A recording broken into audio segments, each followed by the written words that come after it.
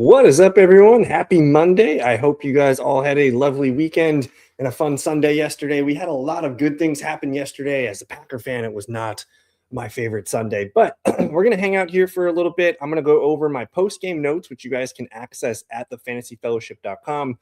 Membership starting at $8 a month over there, and this is one of those things that I post on there every Monday, and it basically it's all the snaps, routes, rushing attempts, targets, receptions, fantasy points, just a nice little snapshot of what was happening in the games. And we're going to start with that Falcons Buccaneers game. And basically, what I do is on this show, I try to just bring awareness to my post game notes, but I'm also just kind of highlighting certain things that we need to take note of. So that Atlanta Falcons game, man, Kirk Cousins looked pretty good throwing the ball to Bijan and Kyle Pitts, man, he looked like a young Calvin Johnson Megatron in this game here. 11 catches, 3 touchdowns. He probably single-handedly won you your game this weekend, or you probably lost to him if you played against him. So huge game from Kyle Pitts. Drake London remains out. They are saying that he has a chance to play this weekend, so maybe we see some things shift. But either way, we probably have to rank Kyle Pitts as a top 5 tight end in Week 16. Bijan had 8 catches on 11 targets. David Sills actually played better than Darnell Mooney. Sills had 10 targets, 6 receptions. If London does play, we're not going to care about David Sills, but if London's out, we'll probably look at Sills on the waiver wire. But yeah, nothing really too much to take note from here. I do want to see if London is going to play this weekend. Tampa Bay, Mike Evans was back. This was our first time really getting a good look at Godwin, Igbuka, and Mike Evans all on the field together. And we learned that those are the top 3 receivers and those are the top 3 weapons. And actually, it was Mike Evans who led the way with 10 targets on the day, despite only playing 38 out of 69 snaps. So I think going forward, you're going to keep starting Mike Evans. He is the wide receiver 1 for the Buccaneers. He did catch 6 passes, had some big, huge yardage plays. Emeka Egbuka did get you 10 PPR points, 4 catches on 7 targets. But he's just kind of a wide receiver 3 flex right now. And same as Chris Godwin. Godwin did catch all 4 of his passes. He got a touchdown. I think he got a 2-point conversion in there as well. So all 3 receivers are usable, and we have a huge Bucs-Panthers game Week 16. So I'm fine with all 3 Bucs receivers. I'll probably rank Evans as a high-end wide receiver 2, Godwin and Igbuka as a wide receiver 3. Cade Otton didn't play in this one, and the tight ends there, Payne Durham and Devin Culp, didn't really do anything. Culp did catch a touchdown, but we don't really care about Tampa tight end now that all 3 receivers are healthy. And then the running back rotation just remains menacing. Sean Tucker played 8 snaps, ran 2 routes, 4 rushing attempts, and he gets a goal line touchdown from Bucky Irving, Bucky Irving looked fine. 16 carries, he caught a pass, 8 total PPR points on the day. Like, he still looks good, but the fact that they're using all 3 backs, Irving, White, and Tucker now, does take a lot of the ceiling off Bucky Irving. So going forward, I'll have Bucky as a high-end RB2. Rashad White, just not really a guy I want to put in my lineup. And then right now, Tucker does look like a touchdown goal line dependent back. So didn't really learn anything too much from Tampa Bay. Just that, man, they dropped a tough one here against Atlanta. But luckily, the Panthers lost. Cleveland Browns, what did we learn in this game here? Didn't really learn anything against the Bears here. They only mustered, I think, 3 points on the day.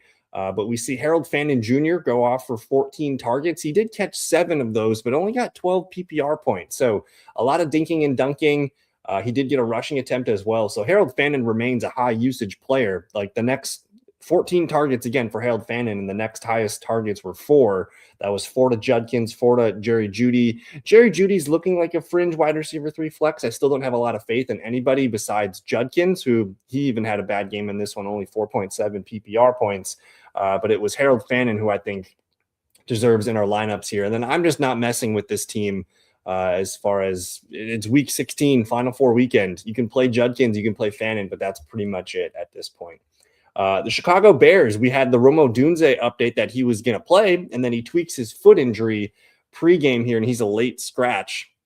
And we see DJ Moore lead the way, 22.9 fantasy points on the day. He led the team in snaps and routes. He had 4 catches on the day. DJ Moore, and today they put out a note that Odunze might, they're not ruling out shutting him down. So this foot injury could be something to monitor throughout the rest of the week.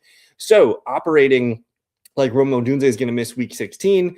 Yeah, DJ Moore is going to probably rank as a wide receiver 2 for me. I continue to love how Luther Burden looks, who catches 6 catches on 7 targets for 14.4 fantasy points. Like, he looks like the best player on the field for them at times. He did hurt his ankle, I believe, but he was able to play through it. He might have missed some at the end. He didn't play a lot of snaps and routes, but I do think Burden's going to be ranked highly for me, again, assuming Odunze's out. Cole Kmet played a little bit more than we would like him to, if you have Colston Loveland, that is. And Loveland continues to be a low-end tight end one option. And then, Swift Monangai, these guys split the backfield as they've been doing. But it was just DeAndre Swift who's scoring touchdowns in this one. It was a pretty low game for Monangai. So I still have trust in Monangai going forward if you need a low-end RB2, but this was the DeAndre Swift show, and Caleb Williams did look pretty good. So the Bears get up a nice win here to move them back up to the 2 seed, leading the NFC North. And yeah, DJ Moore, Luther Burden, Colston Loveland. Without Rome Odunze, these guys are looking like fantasy starts right now. Oh my goodness, the Ravens-Bengals game. This was such an ugly game, a huge letdown for fantasy. We did see Lamar Jackson play okay. Zay Flowers led the way with 3 catches for 16 fantasy points. But otherwise, nobody, we're talking 8 completions on the day, 12 targets total for this team. Amon-Ra St. Brown had more receptions and more targets than the entire Ravens team. So they were just running the ball with Derrick Henry, Keaton Mitchell. Rasheen Ali was catching passes. So that's interesting. It's kind of a 3-way committee right now. They like Keaton Mitchell doing, a change of pace burst role, who looked good on a few big runs. Derrick Henry only 11 carries in this one. He's kind of just a mid to low end RB2 right now. I don't have a ton of faith in him. He needs to get in the end zone for us to have those big days. Keep playing Henry, but again, just know that we're losing a little bit of faith in this Ravens offense.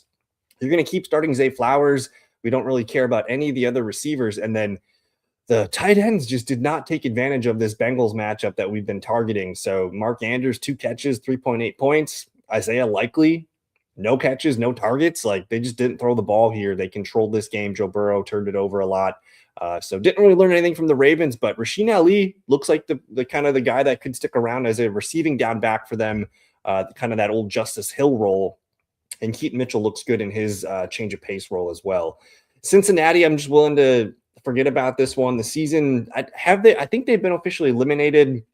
They said Joe Burrow's going to keep starting, which I don't know if that's makes sense to me. Maybe he sits week 18, but I do expect him to bounce back in fantasy. We didn't have T. Higgins in this one, and just really nobody else showed up in this game besides Ja'Marr Chase and Chase Brown. Chase Brown did catch 7 passes to keep your PPR days afloat, but Samaje Perine actually had more rushing attempts, 14 attempts for Perine, 13 for Chase Brown in this one. Brown still, kind of dominated the snaps and the routes, but we're seeing more Perine of lately here. But Brown still has that heavy receiving role that we like here. So keep starting Chase Brown, Ja'Marr Chase. I don't know if we're going to see T. Higgins with that concussion protocol stuff still. And then, man, I thought we were going to see a good game from Mike Gesicki, but they used 5 tight ends on the day. We had 5 different tight ends out there doing snaps and routes, and it was Tanner Hudson who led the way with targets here. So, going forward, it's Joe Burrow, Chase Brown, Ja'Marr Chase, and then we'll see about T. Higgins. I do think you could pick up Samaje Perine if you want to just grab a handcuff right now, a guy that could maybe make a big play or two, or if Chase Brown does get hurt or rests or whatever, Samaje Perine could be someone that helps us in a week or two. I don't want to spend much time on the Cardinals game here, but the running backs are just beat up here. We saw Bam Knight play 1 snap, 1 carry. He gets hurt and leaves. I don't think we're going to see him maybe the next 2 weeks. So Michael Carter is kind of the last man standing, and he dominated. He played 53 snaps out of 66 snaps for the Cardinals, ran 31 of the 43 routes, 14 rushing attempts. He caught all 4 of his targets, 13.5 fantasy points. He is the waiver wire running back that we're looking for, and I expect him to be the primary back next week. Emari Demercado was back, but he didn't really play at all. I don't know if he got dinged up or anything, but he only played 7 snaps, ran 5 routes, did get a few touches, but this looks like it's going to be Michael Carter's backfield next weekend. And then keep playing Michael Wilson. He did have, 11 targets. He caught 5 of his passes, got you a touchdown at the end of the game.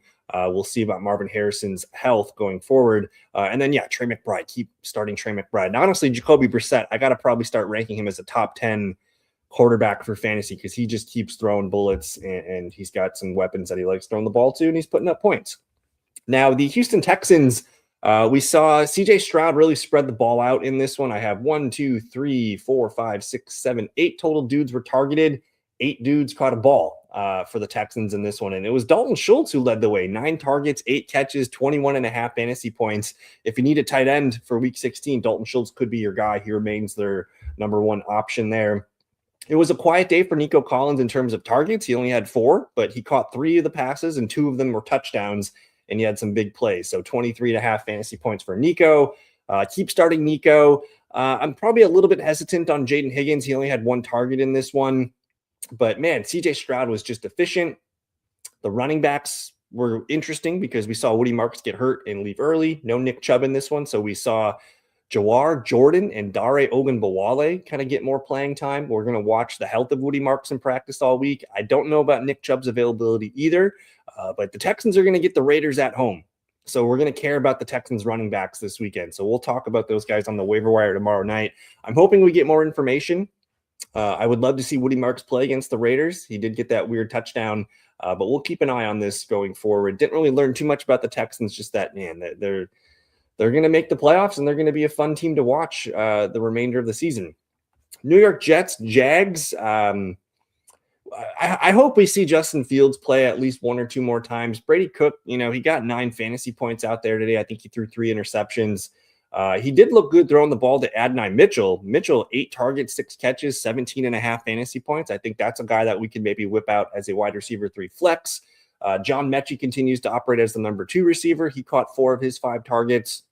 Just a low-end flex play at best. And then we have a new guy here emerging, Isaiah Williams for the Jets. 6 catches on 7 targets, 11 fantasy points. Just someone to file away for deeper formats. Mason Taylor was out for the Jets, and they saw Jeremy Ruckert be the lead tight end. He didn't really do anything. And then what did we do here with Breece Hall and Isaiah Davis? Breece Hall gets 12 carries. Isaiah Davis gets 9 carries. They both get a catch or 2. And it was Isaiah Davis who had the touchdown in this one. So I don't know. You can keep playing Breece Hall as a low-end RB2, but this one is starting to stink here. I think Adonai Mitchell is honestly the best play on the Jets moving forward.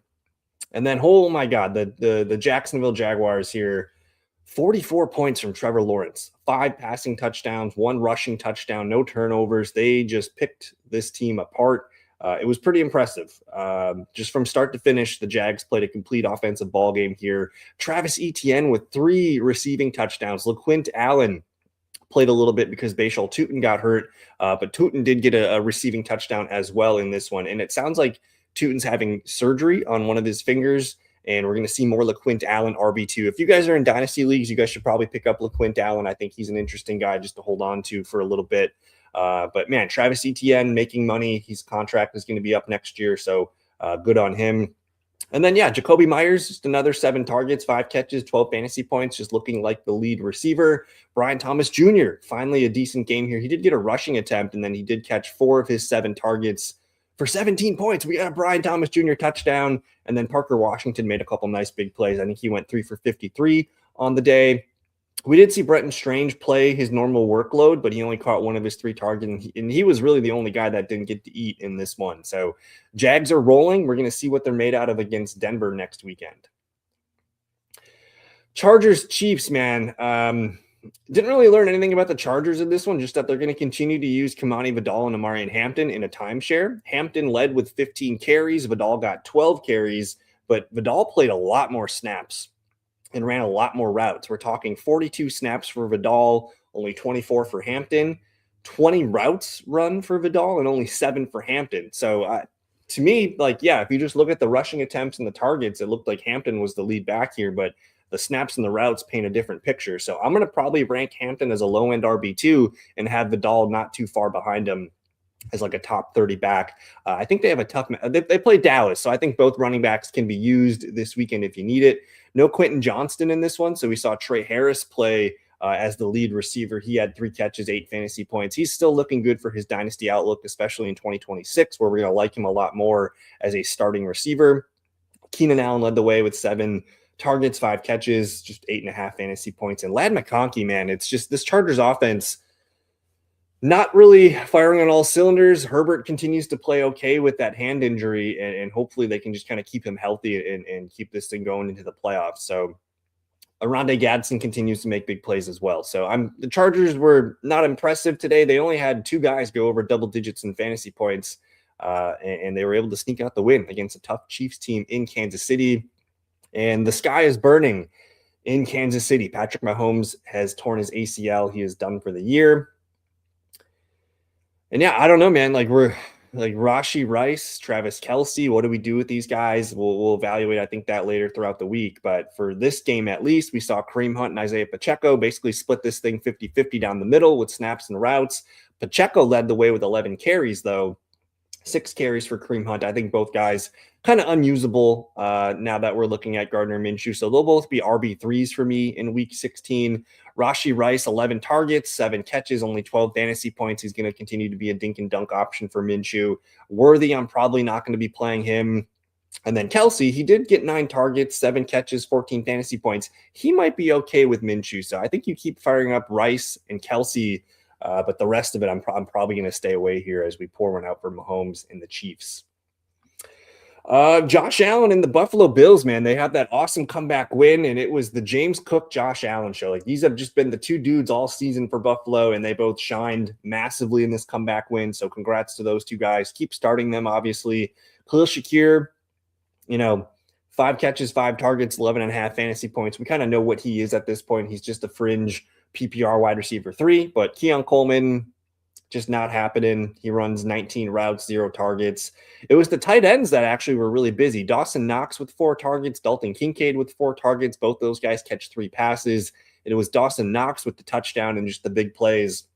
Kincaid continues to look good, but he's just not a full-time player for them. Out of 70 snaps, Kincaid only played 25, and he only ran 16 out of 35 routes. Like, he's just not a full-time player for them. They're going to use Jackson Hawes and Dawson Knox in all these running schemes. But Dalton Kincaid, even though he's the number 2 technically receiver on this team, he's not running a full complement of routes. So he's just a boom bust low-end tight end 1 for me. So going forward, I think it's just Josh Allen, James Cook.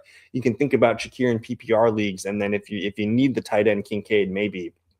And then, oh man, New England Patriots, man, they just, TreVeyon Henderson is looking like a really fun dynasty outlook running back 1. 14 carries. He busted 2 huge touchdowns. He gets you 30 fantasy points. The patience, if you've had Henderson on your team and you've been patient with him all year, it's looking really smart what he's doing right now. And that's even with Henderson splitting time with Ramondre Stevenson, who Stevenson led the team with snaps and routes, but he only got 6 carries. Henderson did get 14. So this is purely like, we trust Stevenson and pass pro and all these things, and he's kind of the incumbent veteran, and they're going to make sure Henderson still gets the ball. But Stevenson still played well, got you 10 fantasy points. Mac Hollins was wide receiver 1 on the day. We know he's going to run snaps and routes among the leaders there.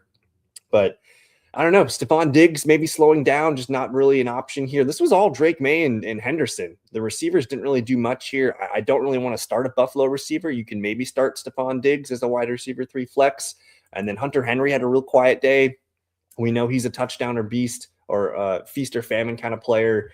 So going forward, I mean, you're going to keep playing Drake May. You're going to keep playing Henderson. You can think about Stevenson, who I'll probably have as like a top 30 running back. And then Diggs, man, we might have to shut Diggs down here until we get more confidence in that team. Washington Commanders, they did shut down Jaden Daniels for the rest of the season, by the way. So Mariota will be a rest of season superflex, low-end QB2 option. And Chris Rodriguez did not play in this for the running back room. So it was Ja'Cory Krosky-Merritt and Jeremy McNichols. It was Merritt who led the team with 18 carries on the day. He gets you 15.5 fantasy points.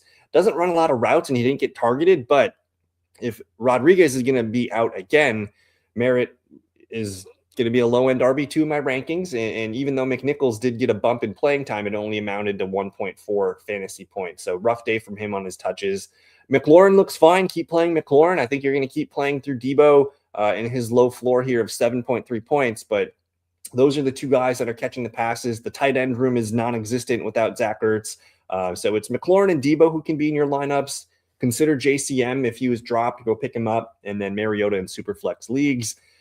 The New York Giants, though, I mean, we saw good games from fantasy stat lines here, Jack. I mean, Jackson Dart gets you 22 points. Tyrone Tracy looks great. He gets you 24.5 fantasy points. Wan'Dale Robinson catches a rare touchdown. Darius Slayton catches 4 of his 9 targets. And the tight ends were both involved, too, Theo Johnson and Daniel Bellinger. So despite losing the game, they played well enough for fantasy. You're going to keep playing Dart. I think Tyrone Tracy he might be a fringe running back 1 in my week 16 rankings. And then Wan'Dale Robinson continues to be a really strong wide receiver 2. And I think Slayton, we know he's a boom bust big play guy, but he continues to earn a lot of snaps and targets, and he looks good with Dart. So I think those two guys are both in play. And then Theo Johnson, tight end waiver wire option if you need one. I'm not even going to talk about the Raiders. Just it's bad. Genti, you can keep playing as a low-end RB2 because he's involved in the receiving game. Keep playing Brock Bowers, but we can't touch any of these other receivers or anything really. Who knows if we see Geno Smith play again this season. So sorry, pour one out for the Raiders. The Eagles, they just kind of did their thing. They didn't really have to do too much in this one. Saquon Barkley racks up 22 carries. Tank Bigsby racks up 17 carries as well. So it is nice to know that he is the clear primary backup running back to Barkley, and he should be probably owned. Like if you have Barkley on your team, like we got 2 weeks left here, and if Barkley gets dinged up, like we're all picking up Tank Bigsby. So pick up Tank Bigsby if you have. He looked good, 17 carries for him. And yeah, AJ Brown catches a touchdown. Devonta Smith made a big catch or two, but it was Dallas Goedert who was making the big play after play. He led the team with 7 targets, 6 receptions, 2 touchdowns, 25 fantasy points. I mean, he's going to be a low-end tight end one in my rankings rest of season. Keep playing A.J. Brown and Devonta Smith. Keep playing Barkley. Keep playing Hurts. We know what this team is going to do, and we know who they're going to get the ball to. So pretty easy to have projections for those guys. Green Bay Packers. Oh, my goodness. It was a gut punch yesterday. Losing Christian Watson the way they did and with the turnover, and then that kind of changed the game, and then to lose Micah Parsons for the year in the fourth quarter was a tough way to go. Tough way to lose this one in Denver. Josh Jacobs continues to look really good, though. He catches a touchdown. He runs in a big touchdown. So you're going to keep playing Jacobs. You can keep playing Jordan Love. He's more of a low-end QB1 in fantasy, high-end Superflex QB2. But with Watson injured, who it doesn't sound like it's a season-ending thing. It sounds like he might be out a game or 2 at the most. But this really opened it up for Dobbs, for Reed, and then for Dontavian Wicks and Matthew Golden. So they have a lot of mouths to feed, but they pretty much ran Dobbs and Reed as the primary guys. I'm probably if Watson's not playing, I'm going to have Jaden Reed ranked as the highest Packers receiver. He did have 10.5 fantasy points with 5 receptions in this game. But Matthew Golden continues to look good despite not playing a lot. He had 3 catches. One of them was a huge play late in the game. Downfield here, he made a nice adjustment on that route. So I don't think Golden's a bust. If you look at his stats from this year, yeah, you could probably say he was a bust from that standpoint, but I think he's still a good player and can continue to grow with this team, and maybe he gets more opportunities now that Watson might have to miss a game or 2. So going forward, you can start Jaden Reed. You can maybe start Romeo Dobbs, but he's kind of been inconsistent of late. And then maybe Matthew Golden. Again, if Watson's out, maybe Matthew Golden can learn to be a bear killer week 16. And then the tight ends, John Fitzpatrick, Luke Musgrave. We finally saw Luke Musgrave play a little bit better, but I'm not going to really trust it for fantasy. So I think the Packers are pretty simple. We're going to watch the Watson injury, start Jacobs, start Jaden Reed, and consider Jordan Love against the Bears. The Broncos and Bo Nix, man, I think they attacked the Packers aggressively here, and it really paid off. We did see RJ Harvey get 19 rushing attempts in this game and be the primary ball carrier throughout. He got dinged up a little bit. I don't think it's serious, but he played well enough. He played better than his box score here of 10.5 fantasy points. Didn't get a catch on the day here, but he continues to be the lead back, so fire him up as a running back too. But Bo Nix was just dealing, man. He was efficient. We saw Cortland Sutton rack up 24 fantasy points. Troy Franklin racked up 21. Lil Jordan Humphrey got 13 fantasy points. Marvin Mims, Michael Bandy, all these receivers were just making play after play after play against the Packers defense. So Bo Nix continues to deal. He's a mid to low end QB1. Harvey, again, a running back 2. You got to keep starting Sutton. Now, Pat Bryant was out in this game, which that's why we saw Troy Franklin and Lil Jordan Humphrey play, which Lil Jordan Humphrey just came out of nowhere. Sean Payton loves this guy. He was actually the number 2 receiver in snaps and routes. I think they have an issue with Troy Franklin in his blocking, which is why bigger receivers like Humphrey and Pat Bryant get on the field a little bit more of late. But Franklin's still a good receiver. He has the trust here. 6 catches, 6 targets, 21 fantasy points. So we'll watch for Pat Bryant's news, but man, Bo Nix in this offense, very impressive game here. Very impressive game. They came back. Not a very impressive first half, but Bo Nix was dialed in with those receivers in the rest of the way. Detroit Lions here. We don't really need to talk much about this one, but we'll acknowledge Amon-Ra St. Brown in his godly game here. 13 catches on 18 targets. That's more than the entire Ravens offense combined. 41 fantasy points. So huge day from Amon-Ra. If you had Amon-Ra, you probably are liking what you got. And then Jameson Williams looks good still. 7 catches, 10 targets, 26 fantasy points. Goff was just shredding with these two guys. 20 of his 25 completions were to those two guys. And then Jahmyr Gibbs caught the other 4. Khalif Raymond caught 1. So only 4 guys caught passes here, but it was very condensed. And Jared Goff, he's going to continue to be a low-end QB2, kind of a poor man's Matthew Stafford, if you will. I'm not sure. Just Jahmyr Gibbs has these huge highs and lows. He gets 9.5 fantasy points. David Montgomery gets the rushing touchdown. You're going to keep playing those guys. So we didn't really learn anything from the Lions here. They need a tight end. That's for damn sure. As Sam Laporta's not there, and they just don't have anybody there to catch the ball. So keep playing your Lions. You know who they are. The Rams don't really learn anything here. Davante Adams did hurt his hamstring, though. That's been kind of bothering him all year. I don't think they play Davante Adams on Thursday Night Football against the Seahawks. So we'll watch for that. The big development here, though, was Colby Parkinson. If you look at his numbers the last 5 or 6 games, he's been dialed in catching touchdowns. He catches another 2 touchdowns in this one. He is the lead tight end here by a hair, but we're seeing Terrence Ferguson play a little bit more, just not as consistently yet. He's still a young player, but Parkinson looks good if you need a tight end off the waiver wire this weekend. And then if Davante Adams is out, it looks like Kanata Mumfield would be the next man up. And then they're going to mix in Jordan Whittington, Tutu Atwell, and Xavier Smith. But not starting any of those guys if Davante's out. Puka Nacua, keep starting him. He's a god. Parkinson's kind of the number 2 receiver right now. And then this backfield split of Kieran and Blake Corum, they've been really 50-50 the last few games here. Kieran does get 15 carries. Corum gets 11. They both look good. They both score touchdowns. And then, Matthew Stafford keeps playing well. So you're going to keep playing Stafford as a top 5 option. Kieran's still a low-end RB1, but I think Blake Corum, he might be in my top 25 ranking because he continues to look good with his touches. And then obviously Puka, Parkinson, as I mentioned before. I don't really want to talk about the Carolina Panthers. You're going to keep playing Ted McMillan if you have him, even though the numbers have not been there. He's just a wide receiver 3 for me. Jalen Coker continues to look good. He caught a nice touchdown. He's a fringe wide receiver 3 flex. And then this backfield, this is what we wanted to check out coming into this game after their bye. Both Dowdle and Hubbard were involved, but Dowdle led the way with 16 carries. Chuba only gets 8. They ran the same amount of routes at 14 routes, and then Dowdle played a little bit more snaps. So they like both guys, but this kind of looks – snaps and routes are almost dead even, but they're giving the touches to Dowdle still. So keep playing Rico. We'll pause, tap the brakes on Chuba. There's no tight end to be found here. Bryce Young looking better, though. He's playing more consistently. This is his most consistent season so far. So not a lot of faith here. I think Rico is really the only must start. Both McMillan and Coker kind of fringe flex plays at best. This New Orleans Saints, man, do they have their guy? Like Tyler Shuck is playing really good football right now. He gets another 18 fantasy points on the day. Looking really good throwing the ball to Chris Olave and his tight end, Juwan Johnson. Devon Valley did hurt his shoulder. We'll watch for his reports, but Valley's making plays. Not a lot of weapons on this team, but Shuck is making it work and picking up wins doing it. So he's probably the starter for 2026. Saints keep winning and ruining their draft potential here. But either way, I'm optimistic about Tyler Shuck. The big one here was Devin Neal gets hurt with a hamstring. I don't know if he's going to be able to make it and play in week 16. So Audric Estime is kind of the next man up. He played the most snaps and routes, but Evan Hall's not too far behind him. He would be the other guy here. So even if Neal's out, if Kamara's out again, we're looking at Estime and Evan Hall as kind of like a split RB duo. They did give the touchdown to Estime. He also had 3 catches in this one. So we'll keep an eye on that, but it would be Estime is the guy I'm picking up. And then shout out Chris Olave, continues to play well. Indianapolis Colts, man. The good news is Phillip Rivers is going to dink and dunk.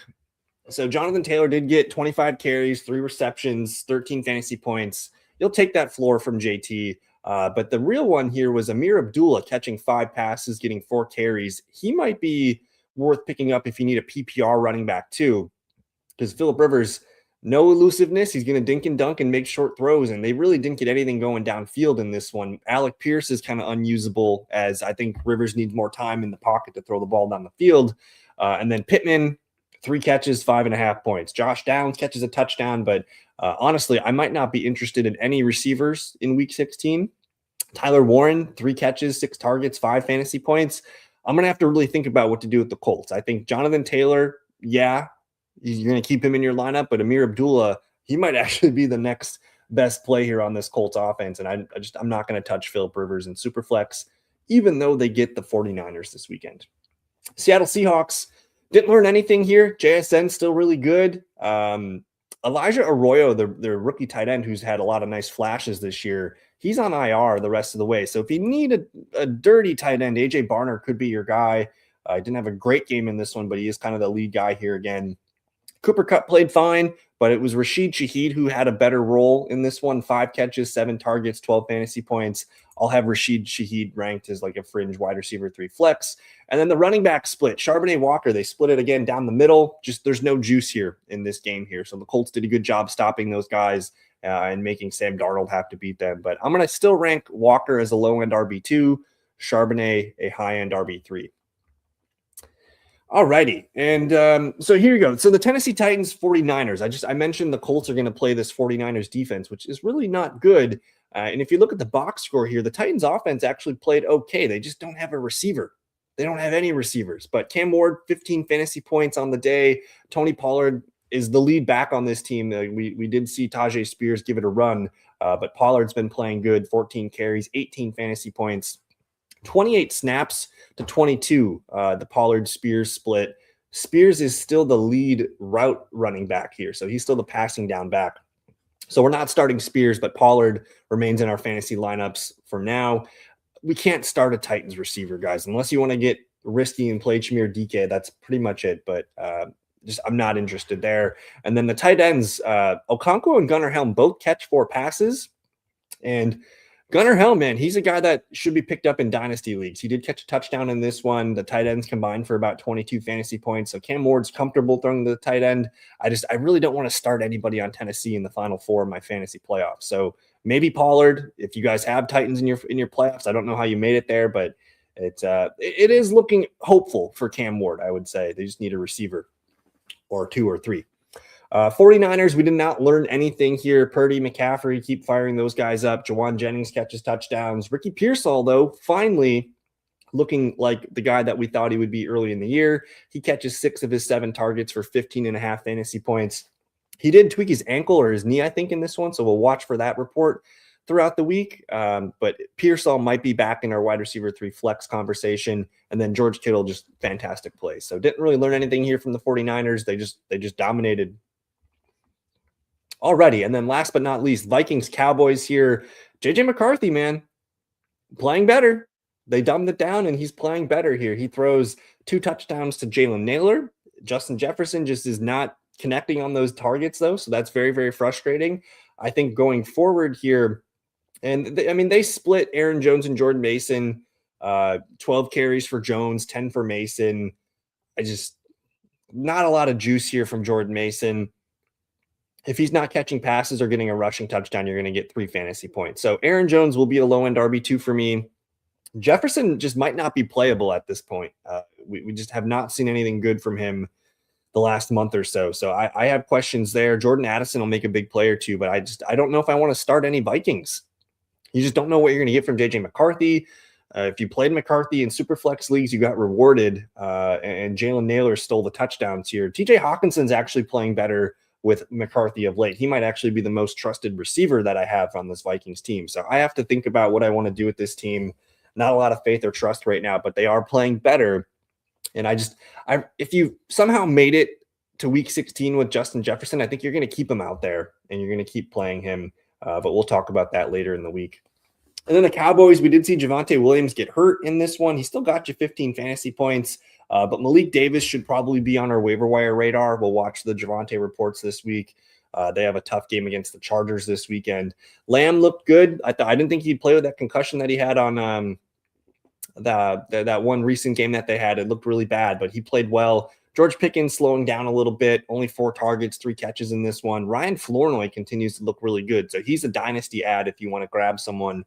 And then Ferguson kind of slowing down as well. So didn't really learn anything from the Cowboys, but we're going to watch that Javonte Williams injury and pick up Malik Davis. So there you have it. We're moving and grooving, man. We're into the final 4 here. We got an interesting game tonight that's got a little bit of playoff implication.